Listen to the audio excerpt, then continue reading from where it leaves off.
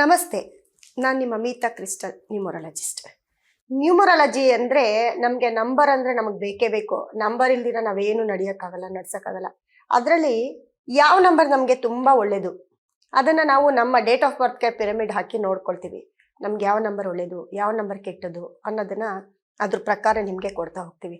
ಅದೇ ರೀತಿ ಕೆಲವೊಂದು ನಂಬರು ಪರ್ಮನೆಂಟಾಗಿ ನಮ್ಮ ಫೋನ್ ನಂಬರಲ್ಲಾಗಿರ್ಬೋದು, ನಮ್ಮ ಮನೆ ನಂಬರ್ ಆಗಿರ್ಬೋದು, ನಮ್ಮ ವೆಹಿಕಲ್ ನಂಬರ್ ಆಗಿರ್ಬೋದು, ಎಲ್ಲೋ ಈ ನಂಬರ್ ಪಾಸ್ ಆದಾಗ ನಮ್ಗೆ ಏನೇನೆಲ್ಲ ಇನ್ಸಿಡೆಂಟ್ ಆಗುತ್ತೆ ನೋಡೋಣ ಬನ್ನಿ.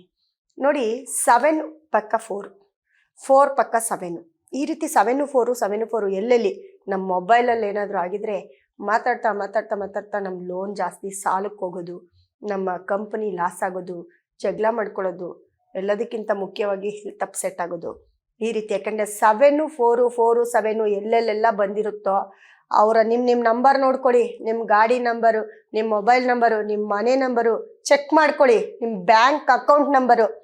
ಎಲ್ಲೂ ದುಡ್ಡು ಉಳ್ಸೋಕ್ಕೆ ಆಗಲ್ಲ, ದುಡ್ಡೆಲ್ಲ ಕಳ್ಕೋಬೇಕು. ಕಾಂಟ್ರವರ್ಸಿ, ಫೋನಲ್ಲಿ ಹಲೋ ಅಂದರೆ ಜಗಳ, ಇಡ್ತೀನಿ ಅಂದರೆ ಜಗಳ, ಏನೂ ಇಲ್ಲ ಮನೇಲಿ ಕೂತಿದ್ದೀನಪ್ಪ ಅಂದರೆ ಹುಡ್ಕೊ ಬರ್ತಾರೆ ಜಗಳ ಮಾಡೋಕ್ಕೆ. ಈ ರೀತಿ ತುಂಬ ಪ್ರಾಬ್ಲಮ್ಮು. ಅದರಲ್ಲೂ ಹೆಲ್ತ್ ಪ್ರಾಬ್ಲಮ್ ಅಂತೂ ಸಿಕ್ಕಾಪಟ್ಟೆ. 7 4 4 7 ಪಕ್ಕ ಇದ್ದಾಗ ತುಂಬ ಮನೇಲಿ ಕ್ಯಾನ್ಸರು ಇಲ್ಲಾಂದರೆ ಕಿಡ್ನಿ ಪ್ರಾಬ್ಲಮ್ ಅಂದರೆ ವಾಸಿ ಆಗದೇ ಇರೋಂಥ ಕಾಯಿಲೆಗೆ ತುತ್ತಾಗ್ತೀವಿ. ಹಾಗಾಗಿ ಈ ನಂಬರು ತುಂಬ ಕೇರ್ಫುಲ್ ಆಗಿರಬೇಕು. ಯಾರ ಹತ್ರನಾದರೂ ಈ ನಂಬರ್ ಪಾಸ್ ಆಗಿದ್ರೆ ಖಂಡಿತವಾಗ್ಲೂ ನೀವು ಚೇಂಜ್ ಮಾಡ್ಕೊಳ್ಳೇಬೇಕು ರೀ. ಇಲ್ಲಾಂದರೆ ಏನಾದರೂ ನಿಮಗೆ ನೀವು ನೋಡ್ಕೊಳ್ಳಿ. ಇವಾಗ ಇಷ್ಟು ಹೇಳಿದ್ದೀನಲ್ಲ, ನಿಮಗೆ ನೀವು ನೋಡ್ಕೊಳ್ಳಿ. ಅದೇ ರೀತಿ 7 8 8 and 7 7 and 8 ಕಾಂಬಿನೇಷನ್ ಬಂದಿದ್ದ ದಿನ ಏನಾದರೂ ಒಂದು ಜಗಳ, ಪ್ರಪಂಚದಲ್ಲಿ ಏನಾದರೂ ಆಗುತ್ತೆ. 8 and 7 ಕಾಂಬಿನೇಷನ್ ಬಂದಿದ್ದ ದಿನ ಕೂಡ ಅವತ್ತು ಅಷ್ಟೇ ಏನಾದರೂ ಒಂದೊಂದು ಇನ್ಸಿಡೆಂಟು. ಎಲ್ಲಾದರೂ ಆ ಡೇಟಲ್ಲಿ ಹುಟ್ಟಿರೋರು, ಆ ಕಾಂಬಿನೇಷನಲ್ಲಿ ಇರೋರು ಅವ್ರ ಮನೇಲೇ ಆಗ್ಬೋದು, ಹೊರಗಡೆ ಆಗ್ಬೋದು. ಯಾವ ಡೇಟು ಕ್ಯಾಲ್ಕುಲೇಟ್ ಮಾಡಿದಾಗ 7 and 8 ಕಾಂಬಿನೇಷನ್ ಬರುತ್ತೋ ಅವತ್ತೆಲ್ಲ ದಿನ ತುಂಬ ಕರಾಳ ದಿನ ಆಗಿರುತ್ತೆ. ಅವತ್ತು ನಾವು ಯಾರನ್ನಾದ್ರೂ ಬೇಕಾಗಿರೋರನ್ನ ಕಳ್ಕೊಳ್ಳೋದಾಗಿರ್ಬೋದು, ಏನಾದರೂ ಲಾಸ್ ಮಾಡ್ಕೊಳ್ಳೋದಾಗಿರ್ಬೋದು, ಈ ಥರ ಎಲ್ಲ ಇನ್ಸಿಡೆಂಟ್ ನಡೀತೆ. ಅದೇ ರೀತಿ ಯಾರ ಮನೇಲಿ ಗಾಡಿ number, phone number, house number, account number 7 8 8 7 ಪಕ್ಕ ಹೋಗಿದ್ದೆ ಅಂದರೆ ಮುಗೀತು ಕೆಲಸ.